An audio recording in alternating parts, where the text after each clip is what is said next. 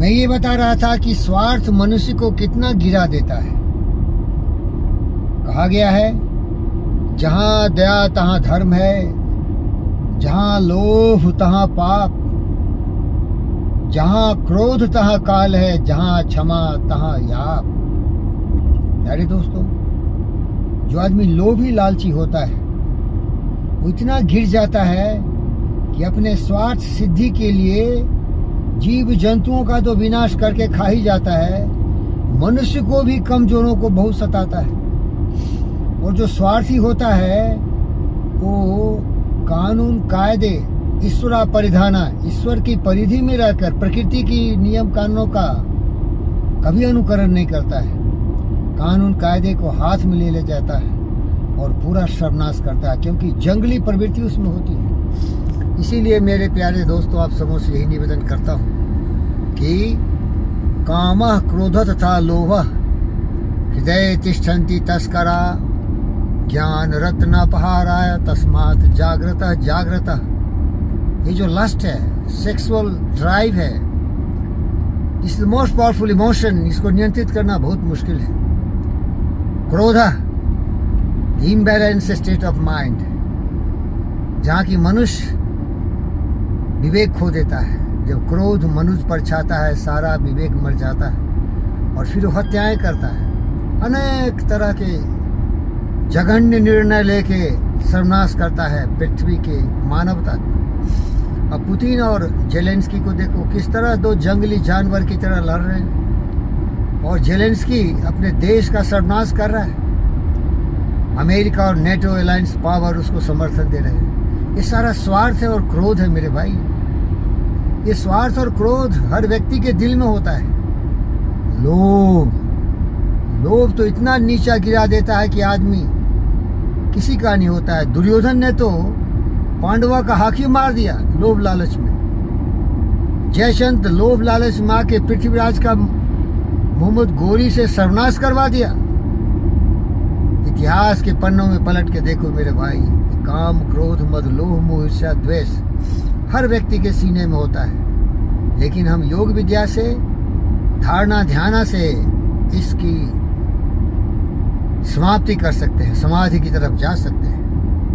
तो प्यारे दोस्तों, मैं एक उदाहरण देता हूँ। आप देखेंगे आपके जीवन में कुछ लोग ऐसे होते हैं कि कभी तो बड़े उदार थे, अच्छी अच्छी बातें करते थे, लोगों की मदद के लिए आते थे, क्योंकि ऐसे लोग बड़े बड़े पद पर आसीन होते हैं। वो सेंट्रल गवर्नमेंट सर्विसेज हो सकते हैं, पॉलिटिकल लीडर्स हो सकते हैं, वो कुछ भी हो सकते हैं, क्योंकि उनके हाथ में थोड़ी ताकत है, थोड़ी सत्ता है। लेकिन वो नशा इतना छा जाता है कि बाद में वही व्यक्ति आपका खून चूसने लगता है और आपको बोलता है, केवल लेना जानते हो, देना नहीं जानते हो, शर्म करो बेशर्मो।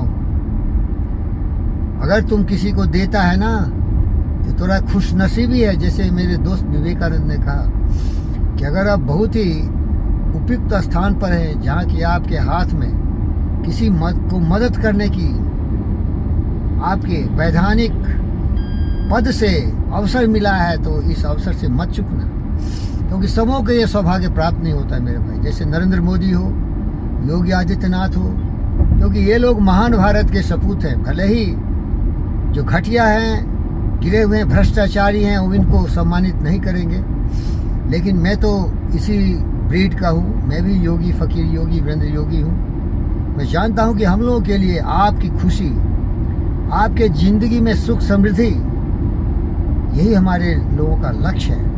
मैं न मोदी के बारे में गारंटी दे सकता हूँ, न योगी आदित्यनाथ के बारे में, लेकिन बाहर से तो दिखता है कि उनकी छवि सचमुच फकीर योगी, वीरेंद्र योगी का है, बुद्ध का है, विवेक का है।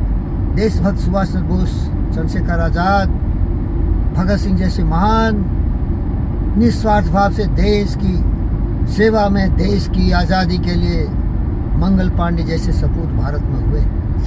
तो आपको यही बताता हूँ कि यार इन लोगों से सावधान रहो और कभी भी डरपोक नहीं बोलना। अगर सच बोलने की आवश्यकता हो तो सच बोलना, भले हम रहे न रहे, सर भले कट जाए, लेकिन सच नहीं बोलोगे तो डरपोक और कायर कहलाओगे। एक व्यक्ति मेरे पीछे पड़ गया, ये दे दो, ये दे दो, ये दे दो, ये दे दो। अरे भाई साहब, ये गाड़ी मैं चला रहा हूँ, देखो ये कैसे मैं किसी को दे सकता हूँ? ये सब व्यक्तिगत चीज़ है ना।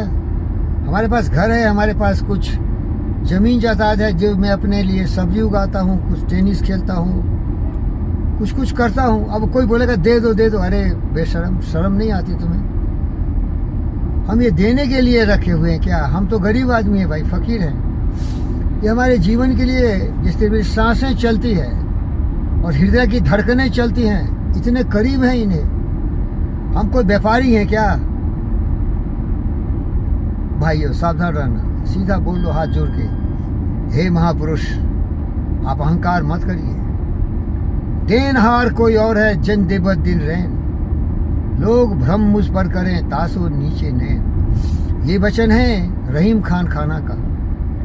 तुलसीदास ने उससे पूछा था, ए रहीम तुम गजब के आदमी हो भाई, बहुत कमाल करते हो। फिर रहीम पूछा, क्या कमाल करता हूँ भाई? बोला, देख यार, महीने के हर पहले तारीख को तुम अपने जीवन के जितने भी कमाई होती है, तुम्हें जो वेतन मिलता है अकबर के दरबार से, उसके आधे भाग को तुम दुखिया, गरीबों, जरूरतमंदों के बीच में बांट देते हो। लेकिन तुम्हारा जो देने का तरीका है कुछ गजब का है भाई। रहीम बोला, भाई क्या गजब है भाई? तो बोलते हैं, ऐसी देनी देन क्यों, ज्यों ज्यों कर ऊंचों करे तो नीचे नैन। मीन्स जब तुम देते हो किसी को तो हाथ उठाते हो, लेकिन सर तुम्हारा झुक जाता है जमीन की तरफ। ऐसा क्यों? ऐसी देनी देन क्यों, ऐसा क्या देते हो भाई कि जब तुम देने लगते हो हाथ उठते हैं लेने वाले की तरफ और आंखें जमीन पर झुक जाती है? तो रहीम ने कहा था, यार देखो, मेरा किस्मत था कि मैं एक काबिल इंसान हूँ कि मैं किसी को कुछ मदद कर सकता हूँ। तो याद, फक्र मत कर, घमंड अहंकार मत कर, मत बोलना नेकी कर दरिया में फेंक। अगर कुछ किया है किसी के लिए तो तुम्हारा किस्मत था, ये अवसर तुम्हें प्राप्त हुआ।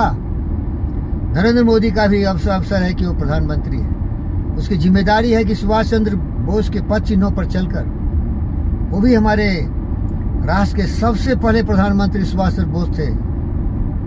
वो वनवासित होने में ही वो इंडिया गवर्नमेंट की स्थापना की थी, आपको मालूम है। तो भैया मैं यही निवेदन करता हूँ, लोभ लालच काम क्रोध मद मोह को त्याग दो। अपनी प्रतिभा, अपनी बुद्धि का सही प्रयोग करके एक कामयाब इंसान बनो, योगी बनो, उपयोगी बनो और लोगों की सेवा निस्वार्थ भाव से करो। खुद गरज दुनिया में इंसान की पहचान है, जो पराई आग में जल जाए वो इंसान है। अपने लिए ये जिए तो क्या जिए, तो जिए मेरे भाई और बहनों, परायों के लिए। और उसके लिए काबिल बनो, डॉक्टर बनो, इंजीनियर बनो, कलेक्टर बनो, कमिश्नर बनो, चीफ मिनिस्टर बनो, प्राइम मिनिस्टर बनो, बड़े व्यवसायिक बनो, टाटा बनो, रतन बनो, जो भी बनना है बनो, लेकिन लोगों की सेवा करो और अहंकार मत करना, सर्वनाश हो जाएगा। कौन है रे तू? कितनी औकात है तुमको? भले रतन टाटा हो या मुकेश अंबानी हो, ये लोग ठगने हैं, बच्चे हैं अभी। दुनिया में एक से एक महान व्यक्ति हुए। हमारा दोस्त था एंड्रू कार्नेगी, जिसने अपनी जिंदगी की पूरी कमाई, दुनिया का सबसे रिचेस्ट मैन, लोगों में बांट दिया। बिल गेट्स अभी भी दे रहा है। अरे भाई, तुम बड़ा हो सकता है लेकिन दुनिया में सबसे बड़ा वही है जो जितना भी है उसको लोगों में बांट देता हूँ। इन शब्दों के साथ मैं आपसे अलविदा लेता हूँ और आप सबों को प्रेरित करता हूँ, प्रोत्साहित करता हूँ, उत्तेजित करता हूँ, उत्साहित करता हूँ। जिंदगी में कामयाब इंसान बनो। समय बहुत बड़ी दौलत है, इसका उपयोग करके लक्ष्य निर्धारित करो और लक्ष्य प्राप्ति के बाद अपने जीवन को लोगों की भलाई में लगा दो, तभी जिंदा है। नहीं तो जो लोग स्वार्थ में लिपटे रहते हैं, दूसरों का नुकसान पहुंचाते हैं, वो कब के मर गए भाई। बदबू आती है उनके विचारों से, उनके आचार से, उनके संस्कार से। भला होता है ऐसे कुकर्मी, लोभी, लालची, कामी, क्रोधी इस पृथ्वी पर पैदा ही नहीं लेते, लेकिन होते ही रहते हैं। कैसे रोकोगे? ये तो विचारों से प्रेरित होता है। शरीर तो केवल एक मशीन है, इसको नियंत्रण करने वाला मस्तिष्क है, और जिसमें जैसे बीज सोच का डालोगे ना, उसी तरह से प्रवृत्ति हो जाएगी, आचरण होगा, व्यवहार होगा, और व्यक्ति वैसा है, दरिंदा बन सकता है या वो देवता बन सकता है, वो बुद्ध बन सकता है, और वो महाकुकर्मी राक्षस बन सकता है। आपका जय हो, कल्याण हो। अलविदा लेता हूँ, धन्यवाद।